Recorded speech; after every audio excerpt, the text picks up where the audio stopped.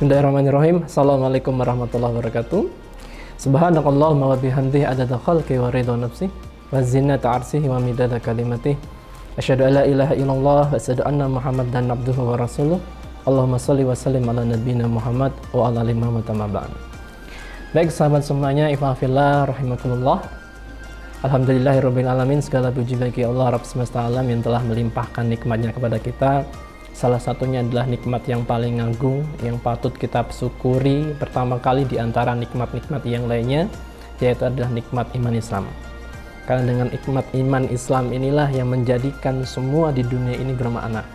Ada yang mengatakan bahwasanya nikmat yang paling baik adalah sehat, tapi ternyata kesehatan tanpa ada iman ia tidak akan berguna. Fisik yang sehat ini tidak akan berguna tanpa ada iman, karena ia gunakan tubuhnya, fisiknya untuk bermaksiat kepada Allah. Naudzubillah. Ada yang mengatakan bahwasanya nikmat yang paling baik adalah harta. Tapi banyak mereka yang tidak menggunakan iman, tidak memiliki iman, ia gunakan hartanya untuk hedan atau duniawi. Maka sahabat semuanya, kita patut syukuri nikmat yang luar biasa ini dan terus kita perbarui. Kita minta kepada Allah untuk memperbarui iman kita. Salawat dan salam semoga senantiasa tercurahkan kepada junjungan kita Nabi Muhammad sallallahu alaihi wasallam, kepada keluarga beliau, sahabat, tabi'in, tabi'ut tabi'in dan umat-umatnya yang setia menapaki sunnah-sunnah beliau, dan semoga kita termasuk umatnya yang mendapatkan syafaatnya. Allahumma amin. Baik sahabat semuanya, insyaallah dirahmati Allah Subhanahu wa taala. Pada kesempatan kali ini kami menyampaikan sebuah tema terkait dari pedoman hidup sehat selama bulan suci Ramadan. Baik sahabat semuanya, ada beberapa poin yang perlu kita perhatikan untuk menjaga kesehatan kita. Tentunya kiblat kita mana, contoh kita mana? Tentunya adalah baginda Nabi Rasulullah Sallallahu Alaihi Wasallam. Sesuai dengan firman Allah Subhanahu Wa Taala dalam Quran Al-Ahzab ayat 21, laqad kana lakum fi Rasulillahi uswatun hasanah. Sudah jelas bahwasanya ada Rasulullah sebagai teladan kita, sebagai contoh yang harusnya kita menjadikan role model dalam kehidupan kita. Maka termasuk hari ini teman-teman semuanya, sahabatku semuanya, jikalau kita ingin mendapatkan keberkahan di bulan suci Ramadan, selain dari pahala yang Allah janjikan, salah satu bentuk keberkahannya adalah dari fisik kita, dari ruh dan fisik kita. Maka ada beberapa hal yang perlu diperhatikan. Yang pertama adalah sahur dan berbuka. Baik teman-teman semuanya, pertama ini adalah termasuk poin yang penting. Kenapa? Karena kita lihat fenomena sekarang teman-teman semuanya, mulai batuk, sudah ada yang mulai bersin, gemerebek dan mungkin sebagainya yang lainnya. Padahal ada pernyataan yang mungkin menjadi sebuah pembahasan gitu ya. Kok bisa katanya puasa yang menyehatkan tapi justru membuat tubuh sakit? Nah, apa yang salah? Yang salah bukan di puasanya teman-teman semuanya, sahabat semuanya, tapi apa? Di habit kita, pola kita. Termasuk yang kita soroti pertama adalah sahur dan berbuka. Poin pertama teman-teman semuanya, untuk sahur ini ada beberapa hal yang perlu diperhatikan. Tentunya sahur ini menjadikan sebuah termasuk sunnah yang dianjurkan untuk kita. Kalaupun tidak ada makanan, paling tidak ada minuman yang masuk. Dan kita perhatikan untuk menjaga tubuh kita di setiap harinya agar kita tidak capek, kita tidak mudah lemas, maka kita butuh asupan nutrisi yang cukup. Salah satunya Rasulullah menganjurkan di sahur dan di berbuka adalah dengan kurma. Nah, kurma ini ada kandungan glukosa yang bagus, ada mineralnya, ada gizinya, vitaminnya, ada kalsium, fosfor, magnesium dan sebagainya yang itu ternyata lengkap di kandungan kurma. Maka Rasulullah itu pernah, kalau ada kurma ganjil misalnya 1 atau 3 silahkan, ini baik yang berbuka ataupun sahur. Kalau tidak ada maka Rasulullah dengan cara minum air putih, ini cukup. Dan teman-teman semuanya perlu diperhatikan bahwasanya ada sebuah kebiasaan, saya kurang tahu ini kebiasaan dari mana gitu kan. Ketika kita berbuka itu ada istilah balas dendam teman-teman semuanya. Karena mungkin merasa seharian ini tidak makan, akhirnya sudah mulai berbuka langsung balas dendam, makanya banyak. Nah, ini sebenarnya yang menjadikan kesalahan, termasuk hal ini menjadi penyebab kenapa kok seseorang bisa sakit. Apalagi habitnya apa teman-teman? Habitnya adalah yang mengartikan kalau makan atau berbuka dengan yang manis. Kemudian mereka berpikir, oh berarti carilah yang manis, entah es manis, es buah ataupun apa yang banyak gulanya dan itu sifatnya dingin atau es. Teman-teman, ini yang merusak metabolisme kita. Rasulullah SAW menganjurkan kita ketika berbuka maka dengan kurma dulu, sama hanya tadi dengan sahur. Beliau bisa mengambil 1 atau 3. Kenapa kok kurma? Kenapa kok enggak yang lain gitu ya? Dan ini tidak bisa digantikan teman-teman semuanya, tidak bisa digantikan. Terus karena kurma manis digantikan dengan es dawet misalnya ataupun es yang lainnya yang bersifat manis, tidak bisa teman-teman. Karena kandungan kurma ini tidak bisa digantikan. Dan teman-teman semuanya, ketika seseorang sedang berpuasa, tubuh itu pencernaannya itu seperti sedang tidur.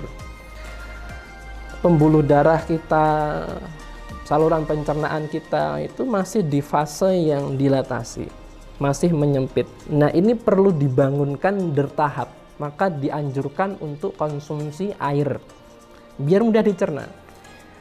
Syukur-syukur lebih bagus dengan yang hangat.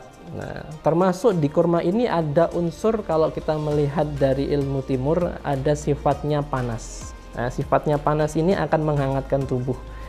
Maka dikonsumsikan dengan kurma, air minum, kemudian itu akan membantu pencernaan terbuka. Nah, kalau kita istilahnya bangun tidur itu ya melek pelan-pelan gitu semuanya.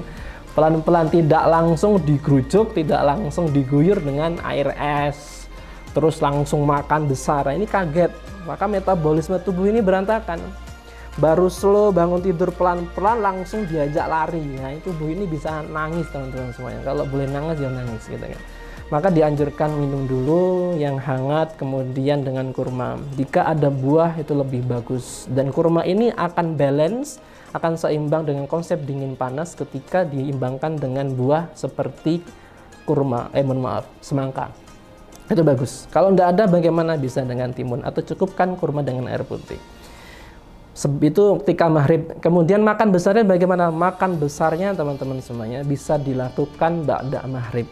Jadi makan ketika kita mau mengerjakan sholat maghrib itu tidak dengan perut yang penuh sehingga mengganggu nanti ibadah kita, tapi dicukupkan dengan kurma air minum, kemudian sholat maghrib baru makan besar. Nah ini ya Ibu. Dan tentunya ketika setelah maghrib pun jangan balas dendam, karena sebenarnya kita cukup konsumsi makan itu 2 kali teman-teman semuanya. Ya ketika sahur, kemudian ketika berbuka. Kalau ada kebiasaan harus 3 kali, ada breakfast di lunch sama dinner, itu kebiasaan mana? Pada sunnah kita cukup 2 kali. Kemudian yang perlu diperhatikan lagi teman-teman semuanya, yang pertama tadi adalah sahur dan berbuka, kemudian yang ketiga adalah aktivitas fisik. Tentunya puasa ini bukan menjadi sebuah alasan untuk kita kemudian mengartikan bahwasanya tidur adalah ibadah. Kemudian sepanjang hari kita tidur. Jangan teman-teman semuanya ya. Jangan ya Dek ya. Maka kita tetap beraktivitas seperti halnya, bahkan lebih produktif, karena ketika kita bekerja atau kita belajar, kita tidak akan terdistraksi dengan ngemil, terdistraksi dengan yang lainnya. Kita hanya fokus untuk mengerjakan itu. Termasuk habit yang bagus adalah teman-teman bisa jalan pagi hari, mendapatkan sinar matahari yang cukup, tidak perlu terlalu lama, cukup 5-10 menit. Aktivitas membantu metabolisme kita. Teman-teman yang suka gym, teman-teman yang suka olahraga, sebelum berbuka sekitar 30 menit silahkan latihan beban ataupun lari dan sebagainya. Itu akan membantu untuk meningkatkan metabolisme, termasuk teman-teman yang hari ini sedang cutting gitu ya, kalau tubuh gitu ya, atau sedang mengurangi lemak-lemak ini agar detoksnya maksimal, detoksifikasinya maksimal, menghilangkan lemak, kolesterol dan sebagainya hilang. Salah satunya dibantu dengan latihan fisik. Kemudian teman-teman, yang keempat adalah cukup tidur. Nah ini dia, ini yang perlu menjadi catatan teman-teman. Maka disunahkan itu jika tidak ada aktivitas yang banyak, ba'da isya dianjurkan untuk segera tidur, dan nanti Rasulullah menganjurkan sepertiga malamnya kita bangun untuk beribadah. Jadi tidak untuk begadang. Kalaupun teman-teman mau tadarus dan sebagainya, silahkan paling tidak ada gambaran sekitar jam 10 atau jam 11 kita sudah bisa tidur. Karena di situ ada jam-jam tubuh bermetabolisme, ada salah satu fungsi dari organ hati yang itu mengharuskan kita untuk tidur agar dia bisa melakukan metabolisme, termasuk merombak sel darah merah yang rusak, teman-teman. Jika teman-teman hari itu begadang, maka tubuh ini yang harusnya bekerja ketika teman-teman tidur itu terganggu karena kita begadang. Maka tidur ini menjadi faktor juga yang menyebabkan seseorang sehat atau sakit. Teman-teman, saya pikir sudah tahu ketika banyak orang yang sering begadang, maka kondisi tubuhnya akan mengalami penurunan termasuk dari imunitas. Dan tidur malam ini tidak bisa digantikan selama apapun tidur pagi, siang, ataupun sore. Maka tidur malam ini harus cukup, teman-teman. Kemudian yang terakhir adalah terkait dari spiritualitas. Ada mental health di sini, teman-teman semuanya. Merujuk dari kitab Ibnu Qayyim al-Jauzi rahimahullah, dalam kitabnya Tibun Nabawi, beliau menyebutkan ada dua faktor yang menyebabkan seseorang menjadi sakit. Yang pertama adalah kolbu, kemudian ada jasadi. Pengobatan konvensional akan menyebutkan mind, body, and soul. Mind, pikiran, soul ini adalah spiritnya, kemudian body ini adalah tubuh.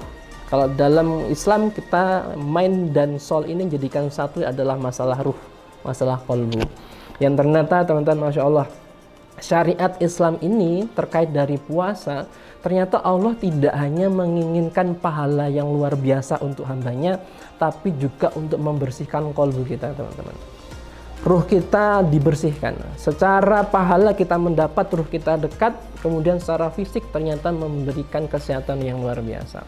Maka teman-teman semuanya, banyak sudah penelitian dari riset terkait dari manfaat murotal, terkait dari manfaat zikir dan sebagainya, yang itu ternyata akan mempengaruhi seluruh tubuh kita, termasuk membantu metabolisme kita. Bahkan di puasa saja kalau kita niatkan karena Allah, teman-teman, selain itu mendapatkan pahala dari sisi Allah, juga akan membantu mengaktifkan autophagus. Ada istilah autophagy, teman-teman. Autophagy ini ada semacam protein yang membantu tubuh kita untuk mencerna zat-zat yang berbahaya dalam tubuh kita. Bahkan itu termasuk dari kanker ataupun sel tumor. Nah, itu membantu tubuh kita untuk mengolahnya. Autophagy ini akan aktif ketika pikiran kita berniat untuk menjalankan puasa, kemudian kita dekatkan diri ini untuk menjalankan ibadah karena Allah Subhanahu wa Ta'ala. Boosternya luar biasa, teman-teman. Jadi maka luar biasa sekali adanya puasa ini. Tentunya mental health ini harus didasari dengan mindfulness. Bahwasanya kita melakukan ini benar-benar dengan sadar dan menjalankan perintah Allah. Bukan karena paksaan, aduh bulan Ramadan nih, nahan puasa lagi nih, nahan lapar lagi nih, nahan minum lagi nih, betul. Tapi karena menjalankan ini dengan kerelaan hati, dan Allah akan memberikan imbas yang luar biasa. Termasuk murotal, kemudian kita membaca ayat Al-Quran, teman-teman. Beberapa penelitian base research sudah ditemukan bahwasanya air yang diberikan musik, ya, satu gelas ada 3 gelas air misalnya. Gelas pertama diberikan musik rock, gelas pertama diberikan musik jazz, gelas pertama diberikan musik pop. Atau 3 gelas ini di salah satu penelitian yang lain, yang satu ini adalah air yang suka ini diumpat, jadi diberikan kata-kata yang buruk. Satu lagi gelas yang berisi air diberikan kata-kata motivasi yang baik-baik. Satu gelas lagi adalah gelas yang dibiarkan. Maka ternyata perlakuan dari gelas yang berisi airnya, teman-teman, memiliki dampak yang berbeda. Ia yang mendapatkan musik rock, ia yang mendapatkan kata-kata yang jelek, ternyata partikelnya berubah menjadi lebih pecah. Sedangkan dengan tadi yang lebih slow, dengan debit tertentu yang bisa membuat kita lebih rileks, ternyata mempengaruhi partikel dari air. Itu by riset dengan kata-kata, by riset dengan musik. Sedangkan kita umat Islam memiliki murotal, teman-teman, luar biasa. Kok air? Iya, karena tubuh kita lebih dari 70% terdiri dari air. Sel darah kita, pembuluh darah kita, sel-sel kita, semuanya berisi dengan air. Jikalau itu bersentuhan dengan murotal, bersandingkan dengan asma Allah yang luar biasa, maka mendatangkan manfaat yang luar biasa. Maka teman-teman semuanya, tips tadi kita rangkum kembali kepada sunnahnya Rasulullah Sallallahu Alaihi Wasallam. Termasuk yang perlu kita perhatikan adalah makan jangan berlebih-lebihan. Kita dianjurkan, dibolehkan makan dan minum, tapi Allah melarang kita untuk berlebih-lebihan. Quran surat Al-A'raf ayat 31. Baik teman-teman semuanya, sahabatku yang selalu dirahmati Allah Subhanahu wa taala, beberapa hal tadi semoga menjadi bahan motivasi kita dan muhasabah kita. Kita perlu cari tahu, kita perlu koreksi apa yang salah di diri kita. Bukan tentang puasanya, tapi tentang kebiasaan kita yang harus kita kembalikan kepada sunnah. Kurang lebihnya kami mohon maaf, kebenaran datangnya dari Allah Subhanahu wa taala, kekurangan datangnya dari saya pribadi. Saya mohon ampun kepada Allah Subhanahu wa taala. Astagfirullah wa atubu ilaih. Billahi fi sabilil haq fastabiqul khairat. Wassalamualaikum warahmatullahi wabarakatuh.